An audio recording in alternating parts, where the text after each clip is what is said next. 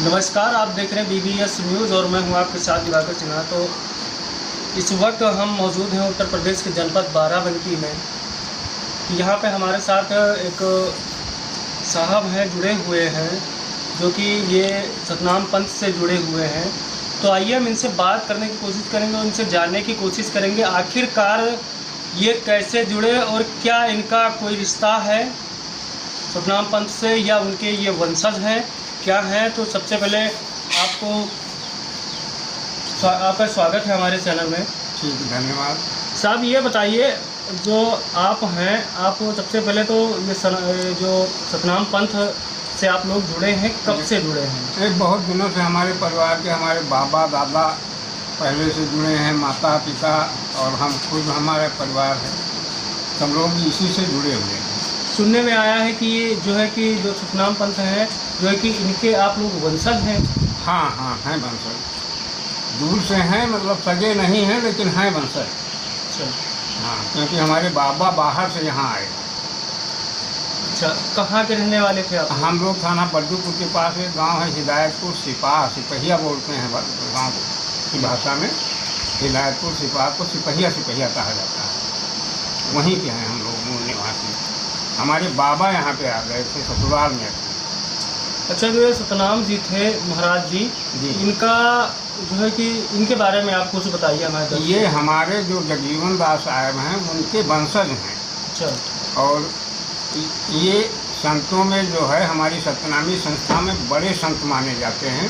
केसरी दास साहब इनका नाम है और इनका जन्म स्थान जो है वो परसोला गांव, और उसके बाद में इनके कर्मस्थली ज़्यादातर ये जमलापुर गांव में रहे। अब आकर के अंतिम समय में यहाँ पर आकर के बस गए और वहीं पर इनकी समाधि बनी। अच्छा, जो ये बाबा कोटवा धाम है, ये क्या है भाई? वो तो हमारे धर्म के जो ये सतनामी संस्था है उसके महामहिम है भाई। वही उन्होंने ही इस धर्म का संचालन किया, जगजीवन दास साहब ने। उसी में अपना जो है हमारा 4 पावा 14 गद्दियों का विस्तार है। अच्छा, 4 पावा 14 गद्दी जो कहा जाता है, इसका आखिरकार सही मतलब क्या है? मतलब देखिए, ये जो है कि 4 पावा 14 गद्दियों में इसका विस्तार है। अच्छा। ये जो 4 पावा हैं ये मुख्य मतलब है धर्म धुरंधर लोग हैं। उसके बाद में उसका विस्तार हुआ तो 14 गद्दियाँ हो गई। और उसके बाद में तो बहुत से स्थान हैं, जगह जगह बने हैं, छोटे बड़े मंदिर कई बहुत जगह बने हुए हैं।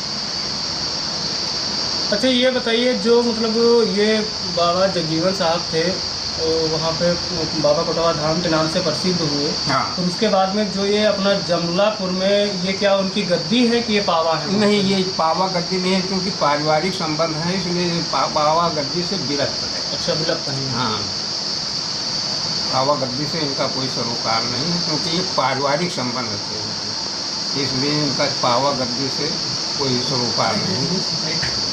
खुद उन्हीं के लड़के मारे।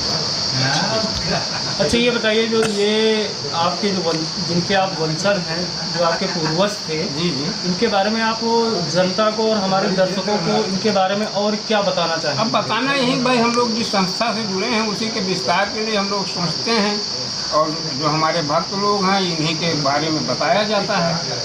आपके पंथ में जुड़ने के लिए कुछ नियम कानून ये है कि बस यही है कि भाई शाकाहारी होना तो लगभग ज़्यादातर धर्मों में बताया गया है, वो तो लाजमी है। हाँ, शाकाहारी होना, और भाई कुछ नियम हैं जो हर धर्म के होते हैं, उनका पालन करना होता है। अच्छा, तो आप ये बताइए, इस वक्त जहाँ आप मौजूद हैं, ये इस गांव का क्या नाम है और आपका जो मठ बना हुआ है? हाँ, तो ये सबसे पहले तो आप ये बताइए, आपका ये जो गांव है जहाँ पे आप हैं, ये इन्हीं के नाम से है। बाबा का पुरवा गांव को कहा जाता है। बाबा का पुरवा गांव का नाम है, और वैसे तो बोलचाल की भाषा में पूरे बाबा भी कहा जाता है। अच्छा, मतलब पूरे बाबा कहा जाता है। जो कि गाँव तो इन्हीं के बाबा का पुरवा, यही पहले आकर के यहाँ पर जब रुके बसे, तभी से ये गाँव आबाद। अच्छा, ये बताइए, कितने साल पहले यहाँ पे? ये लगभग 250 साल का इतिहास बता रहा है। 100-200 साल के? हाँ, लगभग 225-30 के आसपास। अच्छा, तो ये बताइए महाराज जी, जैसे कि ये जो मंदिर आपका बना हुआ है, हाँ, ये आप अपनी ज़मीन में पर्सनल बनवाए हैं या मतलब सामाजिक ज़मीन में ये मंदिर? नहीं, ये तो सामाजिक ज़मीन में बना था पहले, जब कभी बना होगा 200 साल के आसपास पहले तो सामाजिक जमीन। अच्छा, सामाजिक ज़मीन थी। तो ये बताइए, इस मंदिर के अंदर जाने के लिए कोई वर्जित तरीके का, जैसे नहीं, देखिए, शुद्ध होना, कोई मतलब जाति से कोई विशेष संबंध नहीं है। शुद्ध होना जैसे कि भाई नहा धो करके हर आदमी मंदिर के अंदर जब जाता है, प्रवेश करता है, तो वो साफ सुथरा होकर के जाना चाहिए। कपड़े आपके शुद्ध होने चाहिए और नहा धो करके आदमी को जाना चाहिए। अगर आप सुबह नहाए धोए हैं, दोपहर में मंदिर जा रहे हैं, तो हाथ पाँव धो करके अपना जाया जाता है।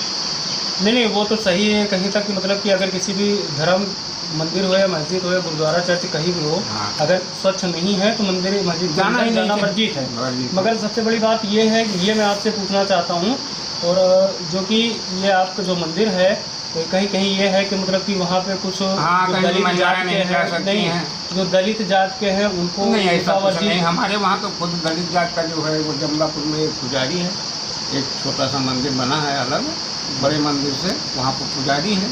ये कुछ नहीं है। अच्छा, महिलाओं पे कोई प्रतिबंध नहीं, कोई प्रतिबंध नहीं, जा सकती हैं, दर्शन कर सकती हैं। अच्छा, तो यहाँ आपके यहाँ तो मेला वाला तो साल में कार्तिक एक बार- पूर्णिमा में और माघ सप्तमी में यहाँ पर मेला लगता है। वैसे तो हर मंगल को 100-200-400 लोग आते हैं प्रसाद चढ़ाते हैं। अच्छा, तो महाराज जी ये बताइए, सबसे पहले तो आपका नाम तो हम पूछना भूल ही गए। हाँ, हमारा नाम राकेश सिंह है। अच्छा, राकेश सिंह। तो आपको क्या लगता है कि मतलब कि सतनाम पंथ जो है ये कहीं ना कहीं एक ये सनातन धर्म को हाँ, हिस्सा है? बिल्कुल बिल्कुल। पूजा तो सनातन धर्म की होती है भाई। अब ये एक बहुत बड़े महात्मा थे जो है हमारे जगजीवन दास साहब कोटवा धाम के जो मठाधीश पूर्व में थे, अभी हैं। मतलब है, मान्यता तो यही है कि भाई रहते हैं वो हमेशा ही हैं। तो अब ये तो भाई भगवान का अवतार माने जाते हैं। हम लोग तो यही मानते हैं भाई, कोई ना माने तो हाँ, वो अपनी अपनी बात है। अपनी बात है। ये बताइए, जैसे कि आप लोग उनके वंशज हैं, तो आप लोगों को कोई पद या उपाधि तो दी गई होगी? हाँ, महंती मिलती है हमारे में। अच्छा, महंत जो मतलब जो किसी गद्दी या पावा या वैसे भी महंत बनना चाहे तो ये 2 हाथों में जो धागा बांधा जाता है उसी को महंत कहते हैं। अच्छा, जो आप ये 2 हाथों में आप धागा बांधे हैं, हाँ। इसका मतलब क्या है? इसका मतलब ये है कि भाई ये महंत हैं, मतलब हमारी संस्था के महंत माने जाते हैं। हाँ, ये सतनामी संस्था का महंत जो होता है वो दोनों हाथों में, और एक हाथ में जो बांधता है वो भक्त। और जो ये कंठी वाला होता है, ये इसके भाई, बारे में बताइए। ये कंठी वाले के बारे में हम ज़्यादा कुछ नहीं बता पाएंगे, इसलिए कि वो दूसरा था भाई। जिस चीज़ से हम जुड़े नहीं, हमको क्या पता है क्या है। तो अच्छा, ये बताइए महाराज जी, जैसे कि आप इस संस्था से आप जुड़े हैं, आप लोगों के पूर्वज थे और लोगों को उन्होंने मुहिम चलाया और अपना एक खुद का अलग अपना मतलब परिचय बनाया, क्योंकि आप लोग परिचय के मोहताज नहीं, एक इतिहास में दर्ज हो गया आप लोगों का। मगर आप लोग ये बताइए, मतलब कि जनता के प्रति आपका कैसा व्यवहार रहता है? भाई, जनता के प्रति हम लोग बिल्कुल सरल, शुद्ध और सही हैं। इसलिए कि जब हम इनको मानते हैं, जगजीवन दास साहब को या केसरी दास साहब को, या उनके और से बहुत बड़े बड़े शिष्य हैं, तो भाई जनता जब उनमें आस्था रखती है तो हम लोग जनता में भी आस्था रखते हैं। बिल्कुल। तो महाराज जी ये बताइए, जैसे कि अगर आप जब से लगभग उम्र आपकी कितनी हुई है? हमारी उम्र लगभग 65 साल है। 65 साल की उम्र है। जी। तो 65 साल की उम्र में आपने कुछ तो ऐसा किया होगा? नहीं किया या देखा होगा। हाँ, मतलब किया या देखा होगा। देखिए, पहले तो यहाँ पर ऐसी मान्यता है कि जिन लोगों का दिमाग खराब हो जाता है, पागल हो जाते हैं, यहाँ पर मंदिर पर कुछ समय तक रहने के बाद वो ठीक हो जाता है। ये इस गद्दी की विशेषता है। हाँ।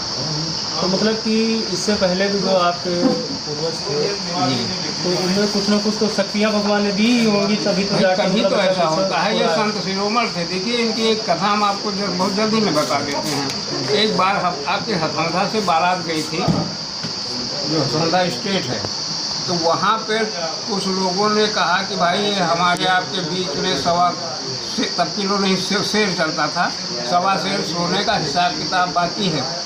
यही साहब वहाँ पर किसी इतनी बड़ी मिट्टी के उसमें पेशाब कर दिए तो वो स्वर्ण मुद्रा हो गया। तो भाई इसी तरह की विशेषताएं होती हैं, तभी तो हड्डियाँ पूजी जाती हैं किसी की, वैसे थोड़ा ना हमारी आपकी पूजी जाती है। तो महाराज जी, आप अपना नाम क्या बताएं? राकेश सिंह। तो बिल्कुल दोनों अब से चालू करें। तो जैसा कि आपको बता दें, ये हमारे क्या नाम बताया था? राकेश सिंह। ये थे राकेश सिंह जी हैं। ये सतनाम पंथ के जो केसरी दास जी थे, इनके ये वंशज हैं। तो इन्होंने जो बताया, आज हमारे दर्शकों को बताया कि जो क्या क्या चीज़ें हैं और क्या शक्ति हैं यहाँ पे।